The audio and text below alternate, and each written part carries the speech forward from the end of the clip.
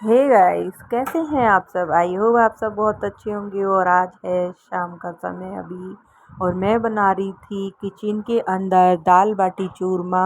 और मैं यहाँ बता रही थी आप लोगों को कि मेरा गैस है वो गैस स्टोव इस तरीके का है, और इसके ऊपर ओवन रखा नहीं जाता है डायरेक्टली। तो क्योंकि ये इसका टॉप जो है वो शीशे का बना हुआ है, और अगर हम गर्म चीज़ रखेंगे तो उसका डर रहता है। तो अभी मैं बना रही थी बाटी मैं गर्म पानी कर रही थी, सॉरी।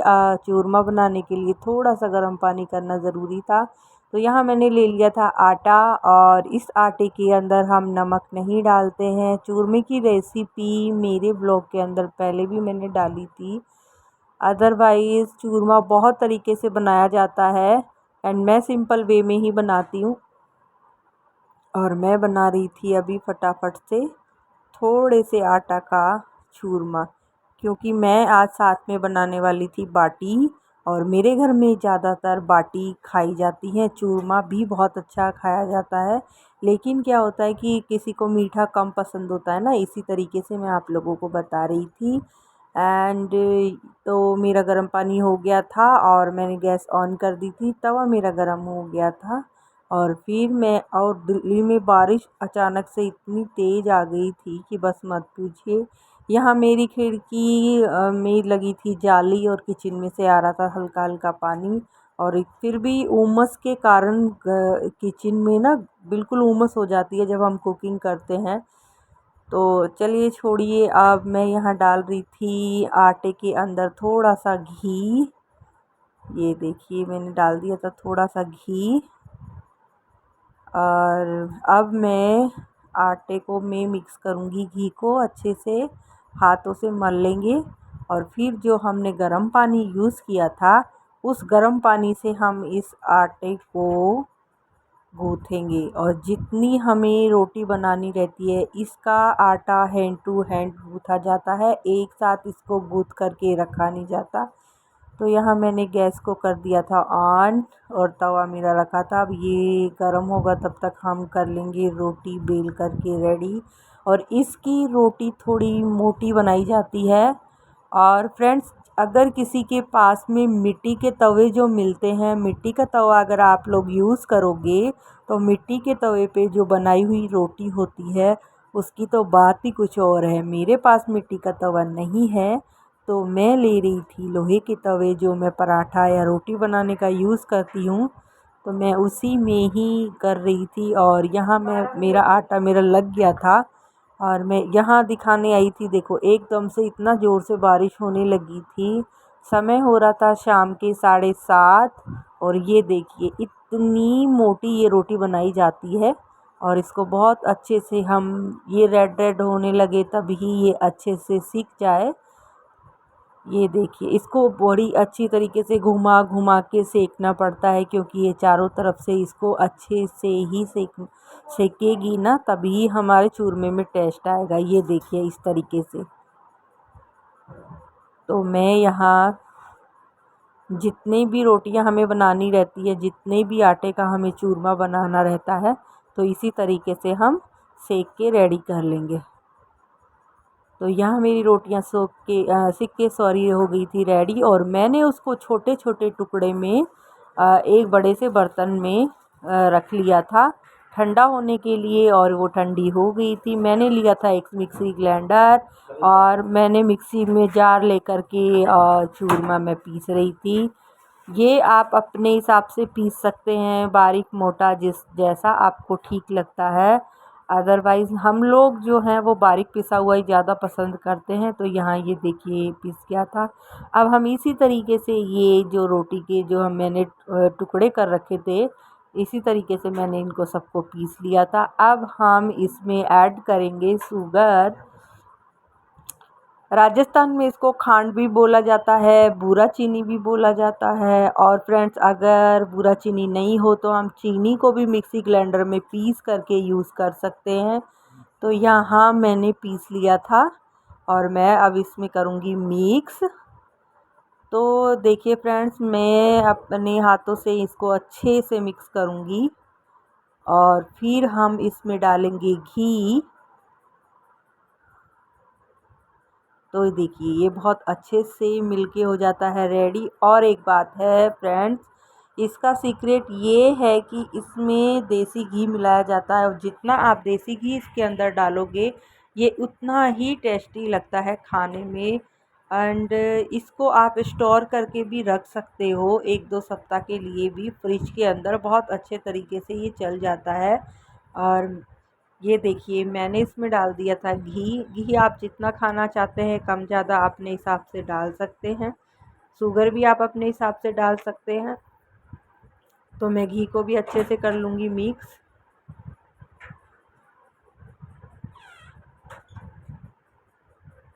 देखिए हाथों से ज़्यादा अच्छे तरीके से मिक्स होते हैं, स्पून वगैरह से अगर आप मिलाओगे तो बहुत टाइम लगता है और ये अच्छे से मिक्स भी नहीं हो पाता।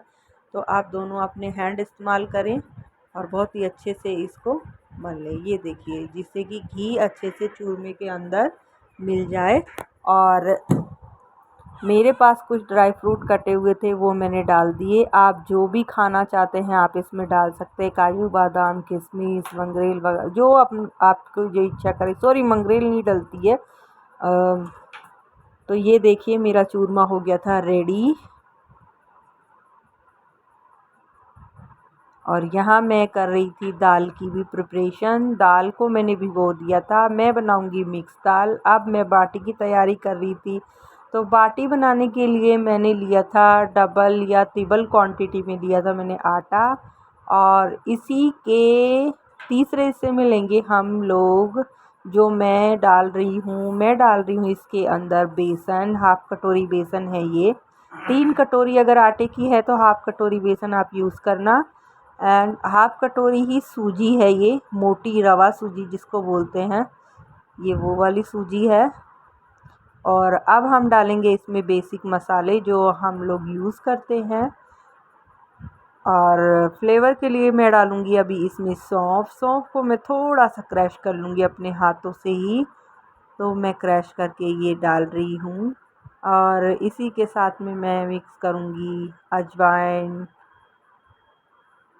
लाल मिर्ची पाउडर, हल्दी भी आप डाल सकते हैं रिक्वायरमेंट के हिसाब से कि थोड़ा सा पीलापन इसके अंदर आ जाए।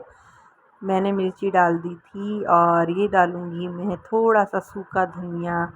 देखिए धनिए के जो बीज होते हैं ना वो उनको भी क्रैश करके इनके अंदर डाला जाता है, लेकिन मेरे पास वो नहीं था इसलिए मैंने पिसा हुआ डाला। उसके बाद मैंने हल्की सी हल्दी और नमक डाल दिया। और मैं थोड़ा सा डालूँगी हल्का सा अमचूर पाउडर। और ये सीक्रेट है कि मैं इसमें डालती हूँ अजवाइन। अजवाइन आप क्रैश करके डालिए, इसका टेस्ट बहुत अच्छा आता है। अदरवाइज़ ये हमारे पेट के लिए भी बहुत अच्छी होती है। और ये मैंने डाल दिया है। अब मैं इसमें डालूँगी थोड़ा सा कच्चा दूध और चुटकी भर डालेंगे हम इसके अंदर खाने वाला सोडा। ये देखिए, तो मैंने अभी रिसेंटली मंगवाया ही था, ये पैकेट में ऐसे कैसे ही था। तो ये मैं डाल दूँगी चुटकी भर, बस इतना सा सोडा जितना मैंने डाला। अभी हम सभी मसालों को मिक्स करेंगे। और मैं डालूँगी इसके अंदर थोड़ा सा दूध। तो यहाँ मेरी बेटी ला रही थी दूध। और बारिश की आवाज़ बहुत तेज़ आ रही थी, यहाँ पीछे मेरे वॉइस भी आ रहा था। और ये डाल दिया था मैंने दूध। अब मैं इसको अच्छे से करूँगी मिक्स। तो ये सभी मसाले आटे के अंदर अच्छे से, यहाँ मैंने जो दाल थी वो भिगो के पहले से रेडी रखती हूँ मैं। अब मैं दाल को बॉईल करने के लिए कुकर के अंदर गैस पे चढ़ा दूँगी। चढ़ गई है मेरी दाल। और यहाँ मैंने आटे का डो प्रिपेयर कर लिया है। ये देखिए पूड़ी से भी थोड़ा सा हल्का सा टाइट है ये। एंड मैं अब इसको पूड़ियों से थोड़ा बड़ा पेड़ा इसका तोड़ेंगे हम इसी तरीके से। ये देखिए, तो मैं सभी को इसी तरीके से तोड़ लूँगी। एंड हाँ जी फ्रेंड्स, मैं इसको सभी को इसी तरीके से तोड़ लूँगी। तो चलिए मैं कर लेती हूँ फटाफट से ये। और ये मैंने दोनों हाथों से ही, देखिए स्लैब पे हम दोनों हाथे यूज़ कर सकते हैं इस तरीके से, ठीक है। अदरवाइज़ हम हाथ से करेंगे तो एक एक का करने में हमें बहुत ज़्यादा टाइम लगता है। हम लोग ऐसे लेंगे और इसको राउंड राउंड घुमाएंगे। ये देखिए इस तरीके से हो जाएगा। और किसी से नहीं भी हो तो आप इस तरीके से हाथ से कर सकते हैं। तो सभी को हम इस तरीके से कर लेंगे फटाफट। ये देखिए फ्रेंड्स, मैंने कर लिया है इन सभी बाटियों को गोल।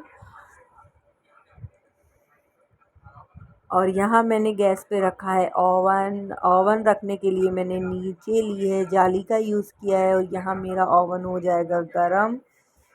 ये देखिए ये गरम हो गया है। तो अभी हम सभी बाटियाँ लेंगे और गैस का फ्लेम मैं रखूँगी फुल, क्योंकि जलने का डर नहीं रहेगा, क्योंकि जाली लगी है नीचे। अगर हम डायरेक्ट गैस के ऊपर ही ओवन को रखते हैं तो गैस की फ्लेम हमें मीडियम रखनी पड़ती है, जिससे कि हमारी बाटियाँ जले नहीं।